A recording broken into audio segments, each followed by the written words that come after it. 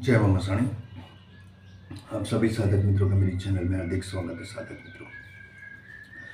मित्रों, आज जो मैं आपको साधना बताने वाला हूँ वो माँ सिकोतर की, यानी कि सिकोतर दो प्रकार की होती है। एक तो वाहनवटी सिकोतर जो माता होती है वो, और दूसरी हमारे घर में कोई बहन कुंवासी अगर वो ऑफ हो जाती है, यानी कि देव हो जाती है, और अगर वो बनती है यानी कि वो देवी तत्व बनती है। देखिए, हमारे घर के लिए तो वो देवी है, ठीक है। भले दूसरों के लिए वो प्रेत हो, भूत हो, आत्मा हो, प्रेत आत्मा हो, लेकिन अगर हमारे घर की कोई बहन कुंवासी अगर वो भूत यानी प्रेत योनि में चली जाती है तो उसको तो हम देव करके ही पूजते हैं, ठीक है। तो इसमें उसको सिगोतर करके पूजा जाता है। बहुत से लोग इनको सिकोतर ही बोलते हैं, लेकिन बहुत से यानी रियल में तो इनको सिगोतर बोला जाता है, ठीक है। और ये जो कार्य करती है ना, वैसा कार्य कोई नहीं कर सकता। यानी अगर ये अगर आपके घर में ये देवी है तो आप उसको अगर पूजोगे तो आपके धार्य काम, यानी कि ऐसा कोई कार्य नहीं होगा जो ये नया कर सकती हो, ठीक है। और इनको बहुत ही ज़्यादा अगर पूजा जाता है तो सिगोतर में से वो सदी बन जाती है, यानी कि फिर वो सदी जितना पावर रखती है, माँ सदी के पास जितना पावर होता है उतना ही पावर इनके पास भी होता है।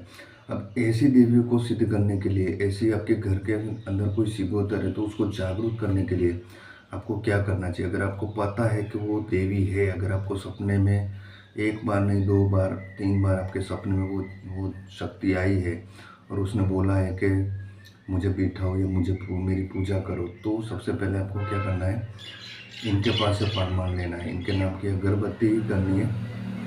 और कोई भी ऐसा कार्य जो आपका कार्य रुका हुआ हो, अटका हुआ हो, उस कार्य को उनके पास से करवाना है। अगर वो कार्य हो जाता है, मान लो कि आप उनको बोलते हो कि ये जो मेरा कार्य है 11 दिन में हो जाना चाहिए, तभी मैं आपको बिठाऊंगा, ठीक है, अथवा तो पूजूंगा। तो वो कार्य जब 11 दिन के अंदर हो जाए ना, तो आपको समझ लेना चाहिए कि उन्होंने प्रमाण आपको दे दिया कि वो जो शक्ति आपके सपने में आती है वो सही है और वो कार्य भी करती है। क्योंकि बहुत सी ऐसी भी शक्तियाँ होती है जो बैठ तो जाती है लेकिन हमारा कार्य नहीं करती है। तो इतना ध्यान रखना है कि अगर आप उनको पूजते हो तो वो आपका काम करनी चाहिए, ठीक है, तभी आपको उनको पूजना है, अथवा तो नहीं पूजना है, चाहे वो कैसी भी शक्ति हो, ठीक है।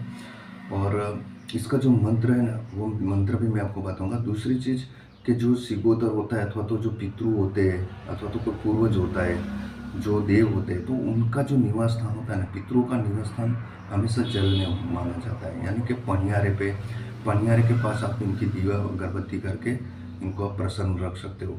अथवा तो आपके घर में पनियारा नहीं है, यानी कि मटका वगैरह नहीं है, फ्रिज है, तो आपको क्या करना है कि तांबे के कलश के अंदर जल भर के उसको बाजूट के ऊपर स्थापना करना है और उसके पास आप उनके नाम का दिया और अगरबत्ती कर सकते हो। लेकिन ये कब करना है, जब आपके कार्य होने लग जाए, आपको लगे कि हाँ ये शक्ति मेरा कार्य करती है, तभी आप इनको पूछ सकते हो, ठीक है। अब मैं इनका एक विधि विधान, एक मंत्र बताता हूँ। मंत्र बहुत ही छोटा सा है। जो मंत्र है वो इस प्रकार है, ओम नमः सर्व पितृ मन कामना सिद्ध कुरु कुरु स्वाहा, ठीक है। ओम नमः सर्व पितृ मन कामना सिद्ध कुरु कुरु स्वाहा। बस इस मंत्र को आपको उनके सम्मुख बैठकर आपको जाप करना है और उनको खीर का भोग देना है, एक नारियल देना है और 5 पूरी बाजू पे, यानी कि उनके ऊपर वो जो खीर रखते हो वहाँ पे बाजू में आपको 5 पूरी रख के फिर ये साधना करना है, ठीक है। और ये साधना आपको अमावस्या के दिन से चालू करना है और कंटिन्यूस आपको 9 दिन तक आपको ये साधना करते रहना है। प्रतिदिन आपको जल का जो कलश के अंदर जो जल है ना, उसको आपको सूर्य नारायण को अर्पित करके नया जल भर के शुद्ध भर के वहाँ पे रख देना है बाजू के ऊपर। फिर आपको दिया और अगरबत्ती करके वापस ये माला चालू करनी है। इस तरह से प्रतिदिन 108 मंत्र करने में ज़्यादा टाइम भी नहीं लगता है। ये छोटा सा मंत्र है, तो 10-15 मिनट में ये माला पूर्ण हो जाती है। तो इस तरह से ये साधना आप कर सकते हो। अगर आपको इसमें ज़्यादा पावर चाहिए, जल्दी रिजल्ट चाहिए, तो आप इसकी 10 माला भी कर सकते हो, ठीक है। और अमावस्या के दिन आपको गाय या पशु पंखी को आपको खाना देना है, ठीक है। इससे आपके घर के पितृ प्रसन्न हो जाते हैं। और हमेशा इतना ध्यान रखिए कि जल में ही उनका निवास स्थान। अगर आपके घर में पितृ का आप पूजा वगैरह करते हो तो उनको तांबे के लोटे में जल भर के उनको उनके पास अवश्य स्थापित करें। इससे वो प्रसन्न हो जाते और साधक की सभी मनोकामनाओं की पूर्ति करते। और इस तरह से ये विधान है और इसमें 9 दिन तक आपको ये साधना करते रहना है। इसके अलावा मैं आपको एक गणपति जी का सभा मोहिनी मंत्र भी दे रहा हूँ अभी।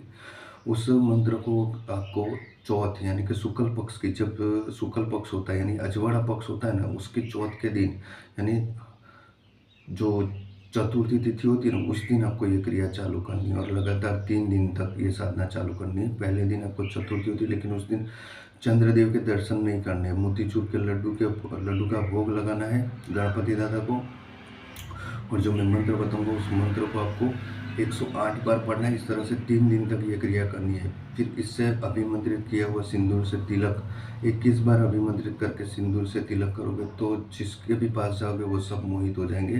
यानी कि ये सभा मोहिनी मंत्र है, जहाँ पे भी जाओगे सब आपके वश में हो जाएंगे।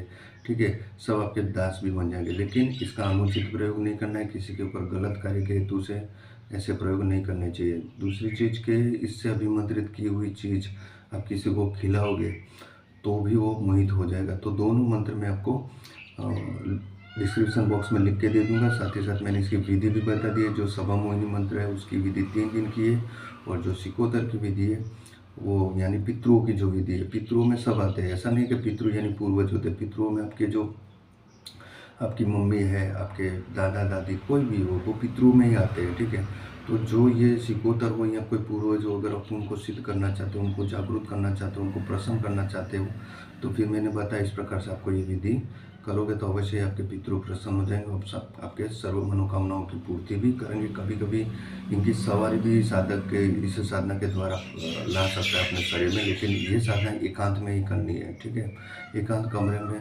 स्वच्छ कपड़े वस्त्र धारण करके और पवित्र होकर आप ये साधना करोगे नहा धो के, तो अवश्य आपको इनका रिजल्ट दिखाई देगा। और मित्रों, मेरी चैनल को लाइक करें, शेयर करें और सब्सक्राइब करें ताकि आने वाले जो भी वीडियो मैं अपलोड करूँ वो आपको सही से उपलब्ध हो जाए। जय मां शांति।